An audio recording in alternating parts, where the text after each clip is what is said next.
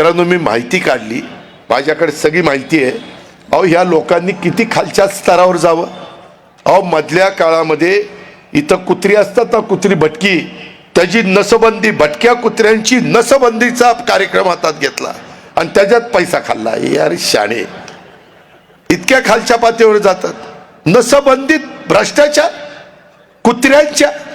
ती कुत्री काय म्हणत असेल, त्याचा विचार कधी केलाय का? या पद्धतीचा हा कारभार चाललेला आहे. अहो, पंतप्रधान आवास योजनेच्या प्रकल्पात भ्रष्टाचार केला, त्याच्यामध्ये निविदा वाढवल्या. स्मार्ट सिटी, त्याच्यामध्ये भ्रष्टाचार केला. अहो, आमच्या गोरगरिबांच्या मुलांना चांगल्या शाळेमध्ये जाण्याच्या करता त्यांच्या आई वडिलांची ऐपत नसते, म्हणून ते महानगरपालिकेच्या शाळेमध्ये टाकतात. आम्ही त्या महानगरपालिकेच्या शाळांचा दर्जा चांगला करण्याचा प्रयत्न केला. CBSE स्कूल त्याच्यामध्ये सुरू केली.